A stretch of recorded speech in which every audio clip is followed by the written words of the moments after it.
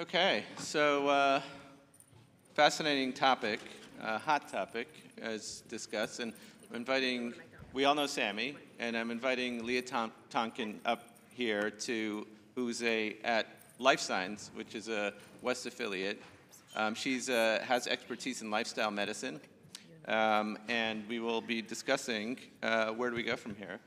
I think that first we're going to talk, Dr. Tonkin's going to discuss with us why is this important in cancer? What is the, you can just say advanced slide and whenever you're ready. Yeah. She wants to be in charge. No problem. Thank you. Okay, so the obesity cancer link, no, this. Yes, yours. Thank you. You can. Can you guys hear me? There Yes. we go. Okay, so oh, I like that. So obesity cancer link, 52% of the population is really not aware of that, that obesity is related to cancer. The top 3 preventable causes, with tobacco being number 1. For those that don't smoke, obesity is the number 1 risk, so, and poor diet. 40% of new cancer diagnoses are related to obesity, and the prevalence in each state is more than 20% in all states, provinces. And they predict by 2030, nearly half of the US population will have a BMI over 30, and by 2050 it's 64%, so huge thing. Not if we can help it. Sorry. The obesity cancer link, there are several thoughts on this. Potential mechanisms of this involve the adipose tissue, chemical mediators, and enzymes, and aromatase converting androgens into estradiol. Also, hyperinsulinemia, insulin, and it obviously is higher with adipose, and insulin growth factor 1. And the pro-inflammatory action and cytokines. So weight loss and cancer, how do we reduce this risk? Intentional weight loss, of course, we don't want our cancer patients, becoming cachectic or anything, so this really means intentional. Nutrition, 5 fruits and vegetables a day, a plant-forward diet, whole foods, all of that. I found it easiest in practice just to say, try and add 5 fruits and vegetables, count them. It really works. And physical activity, 150 minutes of moderate or 75 minutes of vigorous activity weekly. That can be a little bit intimidating to someone, so breaking it up into like 10-minute postprandial exercise activity, walking, squats if you can't get out and walk. So the weight loss method and how much it reduces cancer risk, lifestyle interventions definitely do. Anti-obesity medications, in particular for people with diabetes. These reductions are pretty great. Some of the research looks like 50% reduction in cancer risk versus insulin use, and 42 with metformin. And then bariatric surgery also reduces our incidence and mortality, up to 32%, lowering risk of developing cancer. This is this is just a little infographic that was updated, and so addressing the 13 various cancers that we know right now are related to obesity, and yet 7 out of 10 of the Americans don't know that this is related to cancer. And then I believe on there we've got our not smoking. Of course, it's the number 1, but obesity being our number 1 risk factor for non-smokers. So I think that's it. Okay, so right. Sami, so obviously this is like such an important area. It's the number 1 carcinogen. It's the number 1 outside of smoking, which we've made enormous progress in. Why are cancer centers not more focused on this? Why are we not? Why are we're physicians. We should care. Many people in the providers, nurses, everything, cancer center administrators. Why are we not more focused on this? So I think there's a couple of things, and I think I'm going to pause and just come back really quickly and say, although I come to total health to really support my clinician colleagues.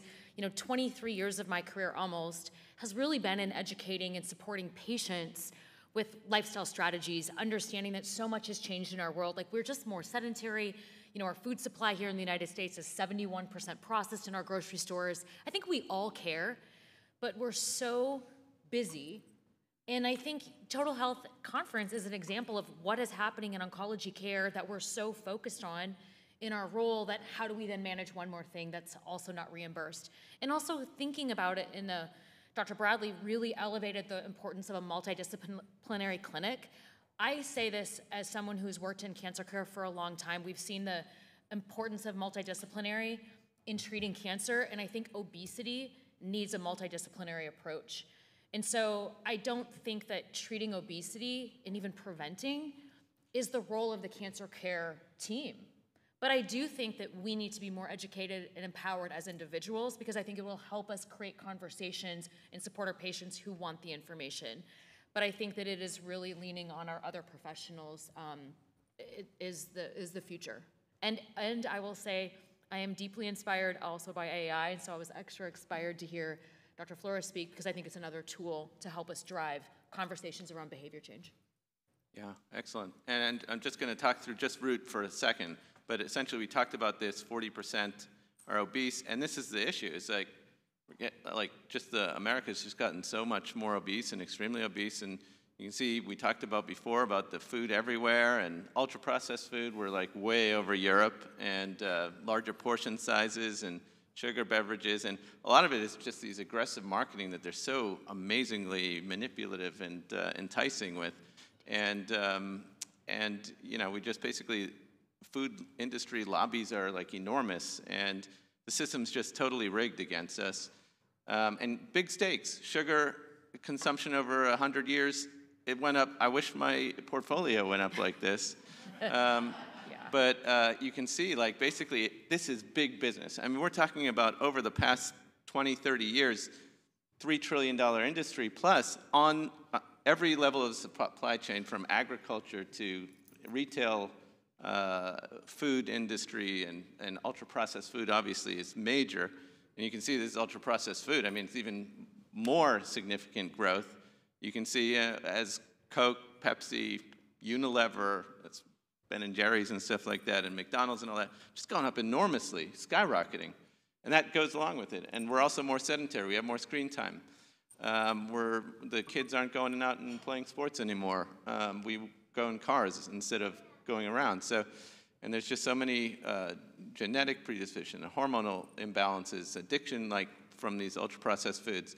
There's socioeconomic in terms of education or race disparities in this as well, and more impoverished are affected as well. So more than people with more means. So this is like this major problem, major societal problem.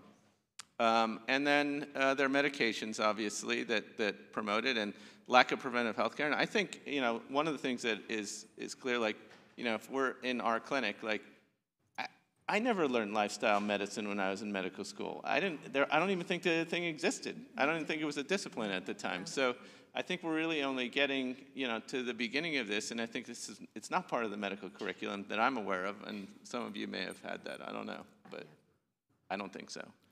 But anyway, and we sleep a lot less, and that stimulates ghrelin that we heard about this morning, and just the less sleep, the more. And then there's government policies and incentives that seem to incentivize the bad stuff and don't incentivize the good stuff enough, and unhealthy lunch programs. So we're going to go through a couple cases, and so this is we'll go through one in screening, one in active cancer, and then one in survivorship. We'll basically talk through, and how to kind of like tackle this as a cancer center or as a screening clinic.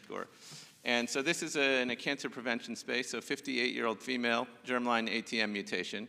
So at risk for several different cancers. And as we saw before, many of those are at risk from obesity. And get screening diligently, no medication, stressful life, gain weight slowly over 15 years, more sedentary job, but does maintain some activity, comes in, BMI is 41, several dietary attempts at weight loss, goes out to restaurants and quite frequently and appreciates the variety of foods and not yet yielded success. And you can see there the different,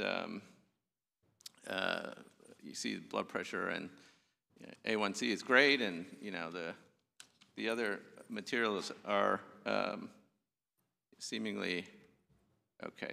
So what health issues most at risk for? We talked a little bit about that, but anybody want to comment on that, and what risk reduction strategies would you implement in a lifestyle medicine practice to assure that this patient is as successful as possible from a health perspective? Sure. I'll start. So obviously, I'm not in the cancer world really, but her mutation puts her. Pardon? Your microphone. Oh, sorry, guys. So she's definitely at increased risk for postmenopausal breast cancer. Her BMI is 41. So breast cancer, colorectal cancer, pancreatic cancer, just from our cancer world. And then she does meet the exercise criteria. So, the recommendations, but she has a sedentary life, and that increases our risks. So inspiring her to get up and walk more, or add those 10 minutes after meals can help. And then she does meet criteria for medical intervention as well as bariatric surgery. So those are a couple of things. Yeah. Talk to her about. Yeah, and I want to just elucidate. We talked about the multidisciplinary kind of how this works in a clinic, and Dr. Bradley, why don't you talk through how this kind of can work at Vanderbilt? Well, it's evolving, I will tell you that. We're always trying to make things better. So right now, the first touch that the patient has with our clinic is with the medical provider, and we have a 60-minute visit, which I love, because in my endocrinology clinic, I don't get that much time. And so we have time to go through medical history with the patient, see what medications they're on, what their dietary habits are like now, what their daily physical activity is like, what their sleep is like, see if they need to have a sleep study, see if other interventions need to be done. And then we do talk to them about medication. That didn't used to be my practice, but I do find that a lot of patients that come to our clinic have already tried and failed multiple other diets, programs, and oftentimes, we talked about medication improves adherence, it helps with motivation, it helps people start seeing some changes, and that motivates them further. So that is often my first touch with a patient, and then I get them set up with a dietitian. And so I do give them guidance on caloric intake based on their BMR, on protein goals, and then I have them meet with the dietitian for a one-on-one.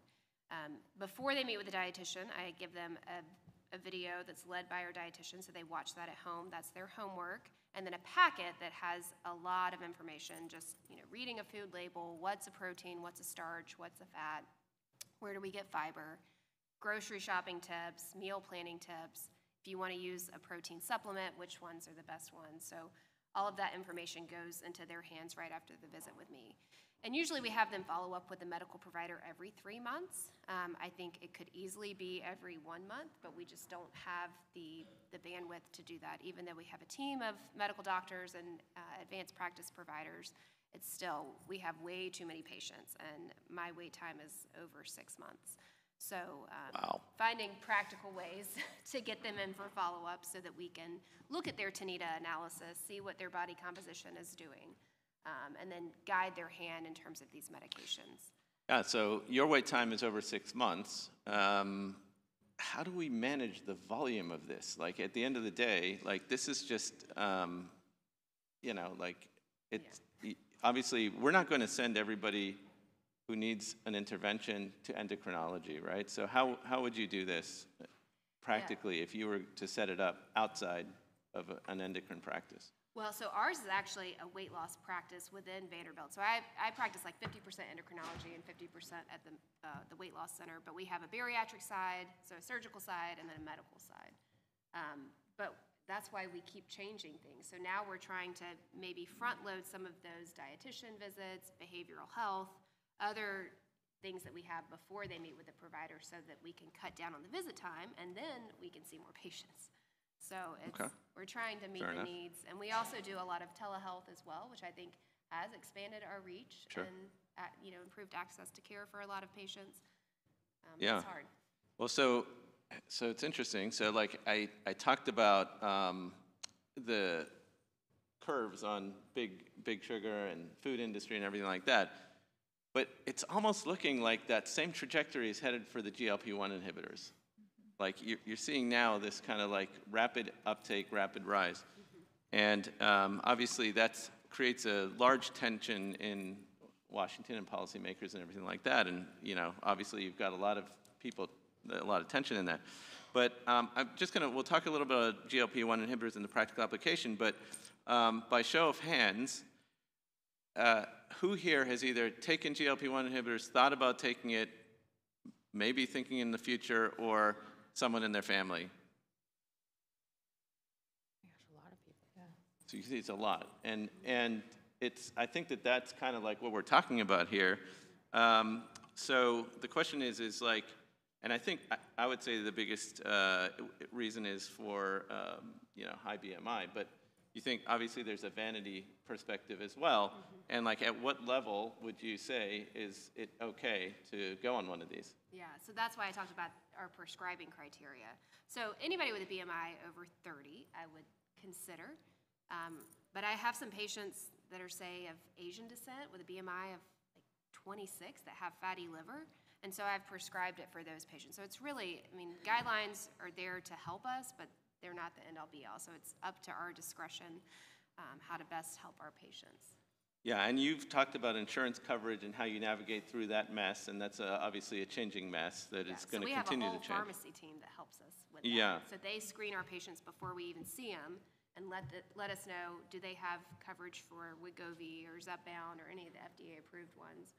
Or, can we possibly get Ozempic for them, which is getting harder and harder to do without a diagnosis of diabetes. But that's one of the biggest things that has helped our clinic, because before that, we had to send dummy scripts back and forth to the pharmacy. Yeah, and there's a lot of back and forth. And everyone is so different, the dosing's so different, and you've got to be able to counsel your patient on injection technique and dosing and up-titration. So I like to know that at the clinic visit. Makes sense. Do you, what about compound pharmacy? You spoke very kind of like not negatively about that, but I would say, is it? Concerning. Yeah. Yes, it is concerning. Yeah, and so your hesitation on that, can you describe that a little bit? And like, because I feel like it's probably more than people are going to compounding. I mean, I'm sure that you have nurses and people in your clinic. When I first heard about it, I was kind of excited, to be honest, because I thought, wow, this is going to improve access to patients that need these medications that can't get coverage with their insurance. But we have seen in multiple studies, there was one in ABC recently, like you just can't guarantee the dose accuracy. You can't guarantee the purity of these medications because it's not FDA regulated. People are making these in like mom and pop pharmacies, and we don't know that it's actually the pure drug. I've seen some patients have good weight loss results, but it really just depends on where they're getting it from. And again, they're not getting the direction they need in terms of behavioral health, dietitian support, or anything else. Even a physician or a medical provider, like helping them with dosing necessarily. Yeah, that makes sense. Okay, I'm going to move on to, in the interest of time, we'll keep moving quickly. But this is, let's say, an active cancer patient, 53-year-old sedentary male. Colonoscopy showed them a mass in the sigmoid colon. It was an invasive adenocarcinoma with microsatellite stable.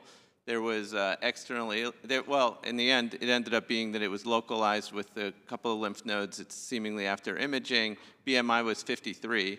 He had lost 80 pounds on Ozempic. And we had decided the surgeon was very hesitant to take him to the operating room, and we had decided he needs more weight loss in order to get his surgery. So that is an issue, right? I mean, it's an issue that comes up to enable him the best chance of cure. We see that.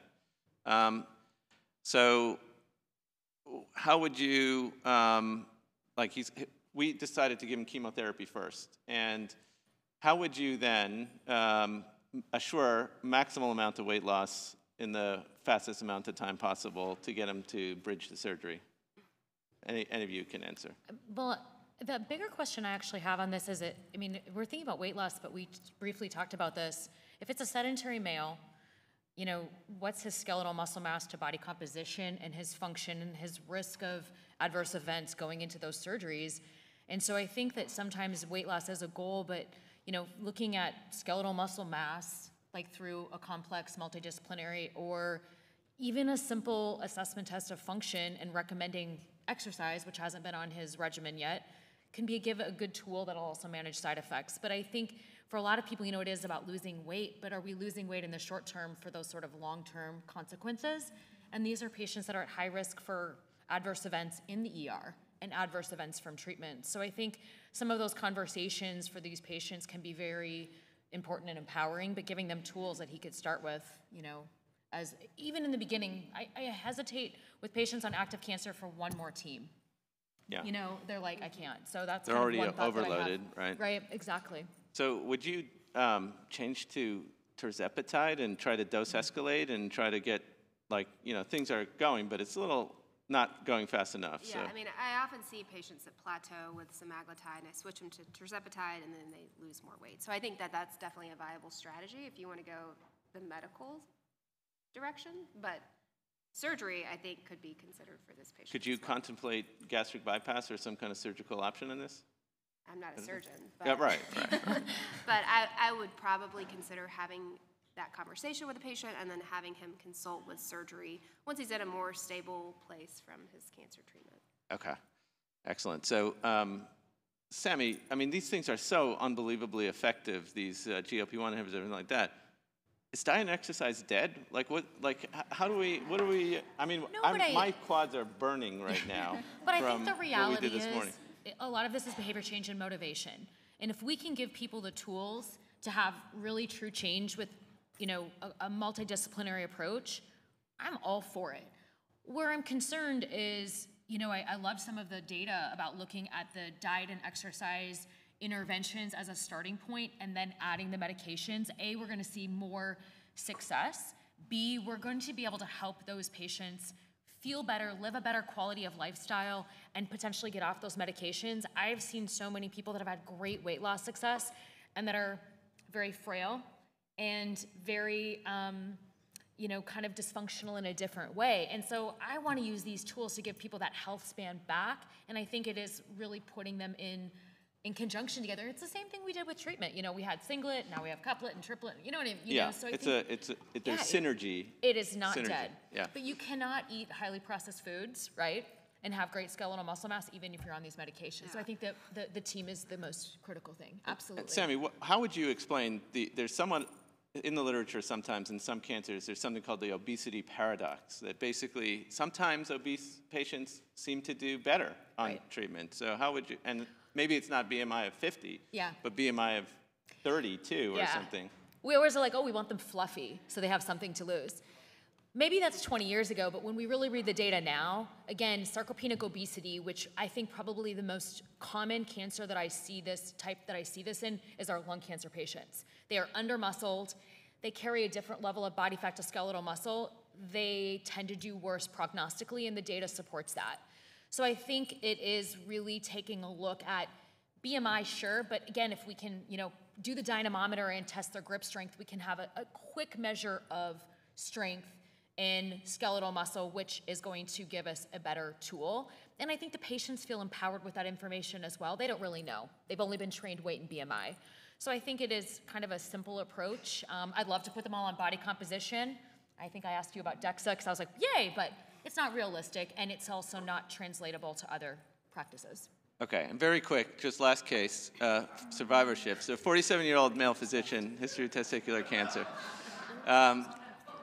So BMI gradually went up as a teen through residency, fellowship, and multiple fad diets. We talked about cycling diets, or cycling weights and stuff like that. And a couple years was a vegan, maybe triathlons and stuff. But between workout, burnout, and injury, and enjoyment of food, continued weight gain, when your BMI hits older than your age, you're in trouble. And you can see kind of stats. So he tells his doctor says he's healthy, I mean, obviously that's probably not the right thing, but I do think we do see that physicians say, you know, nothing going on, you're fine, you know, like it's not so, and I think that that's too much because we're not educated in that. But we talked about what it's at risk for, and so again, it's like, I think the issue is we just tell our patients, go diet and exercise, and that's it, right? I mean, doesn't that get under your skin a little bit? A lot. Yeah. Because if we knew how to do it, we wouldn't have an obesity rate of 2/3. I mean, I'm just saying, I think, to your point, you know, like, did you know how to do it? You had to dig into it, right? You weren't trained. Yeah, you're not trained, Absolutely. Right? So I'm not saying that it's me. No. I'm not saying it's me. But that picture looked a little familiar. Right. Just saying. Anyway, but so I think I think you're 100% right on accountability with technologies, socialization, exercise, food kind of things, I think is a great strategy. But this guy happened to take an approach. He approaches addiction, stay away from flour, sugar, that kind of thing, and majority food intake being vegetables, too much vegetables probably, and weigh out everything, and good exercise. So, but very grateful for a GLP as Plan B. Absolutely. Because I think it's great. And so I think just as a final, you know, attacking the roots, this is a debate that's going on, two debates. One is, I think, is obesity a medical condition or a behavioral issue? What do you guys think? Depends on the person. It's really, so it's person dependent? Yeah, I mean, sometimes there's a lot of behavioral health factors at play. Okay. You know, there's medications that induce weight gain, so. Okay. I think it's a little bit of both. Should we approach it as a public policy as a condition, like pharma and others are trying to? I mean, I would go back to, of course, it always depends, but that's a terrible answer. One thing we didn't really talk about with any of these cases, and maybe this is sort of just a curiosity for case 3, is what's the motivation? When someone's coming in and asking for weight loss, is it because they want to survive their cancer better? Is it because they want to be able to play with their grandkids or get into an airplane seat? Yeah. You know, what is it? Yeah, And get on an airplane seat without an extender, right? Correct. Yeah. So medication is, I mean, or the medical condition tends to be sort of the affect. Like, but I think that it is, the behavior is part of it, and then what is the motivation? It's probably that drives both, behavior? right? I do think it's both. Probably both. That's why behavioral change is so important. I mean, habits are so ingrained in a lot of patients, you know, I mean, a lot of kids grow up drinking soda, sugar-sweetened beverages, eating goldfish and processed food, and that just becomes their pattern. Yep. Right? And I think to break that pattern, so when anybody starts a diet, right, they're probably going to feel a little hungry, and that's why I think having a medication can help them adhere to that caloric goal, and they can learn over time. You know, protein's more satisfying mixed with some fiber and fat. Carbs are not as satisfying. You know, I mean, it's kind of trial and error. You know, we all have to learn and go through it. And I think that that's why hearing each other's experiences, and probably our patients too, do learn from our experiences. Yeah, I'm going to ask you one final question, because I got a question from my member of Congress over the weekend. There's a hearing this week in Washington, innovations on that can improve your healthy lifestyle in order to prevent chronic disease. What would you recommend, and what would you ask in a hearing? What would you recommend? I actually think that, well, actually, I think that, especially when we talk about nutrition, look, come on, let's be honest. The sweets, the sugar stuff, it tastes good. We like it. I think often we should start more with exercise. And I'm not saying exercise and what we did today. I know I made you suffer a little, but you guys did it. It was good. But I think getting people moving and feeling their body, even if it's from a chair, is going to do more sometimes, and they will make other habits of food. I think dieting, we're in the diet culture. I grew up in the fat-free craze. I think that sometimes, like, we're over there, done that. And I think if exercise accessibility is to me a really great tool. Incentive exercise. Incentives, support. I remember, like, when I first was in community oncology, we got a $25 kickback for a gym membership or anything we did. People were motivated in that way. So I actually think sometimes we're afraid to talk about exercise, but I think it's a really powerful tool that also is good for brain. So. Anyone else? A discipline, just like Leah? Do I? Oh, sorry. I was just saying, exercise is a discipline, and I Yeah. think building that discipline can translate into dietary changes too. I mean, changing your diet is probably the most impactful way to lose weight, but exercise is so important for keeping it off and just good for cardiovascular and mental health. So I agree, you've got to have both. Yeah. And just reinforcing every little step counts, you know, it's like, you don't have to do it all at once. You can break it up and it all makes a difference. Just take one step at a time every day, push forward. Yeah. Do we have a question? No time for questions. Sorry. is You'll have to out. approach one of us at the, oh, we got a next session. Yeah. We got a next session, yes. Okay, but I know a lot of people are asking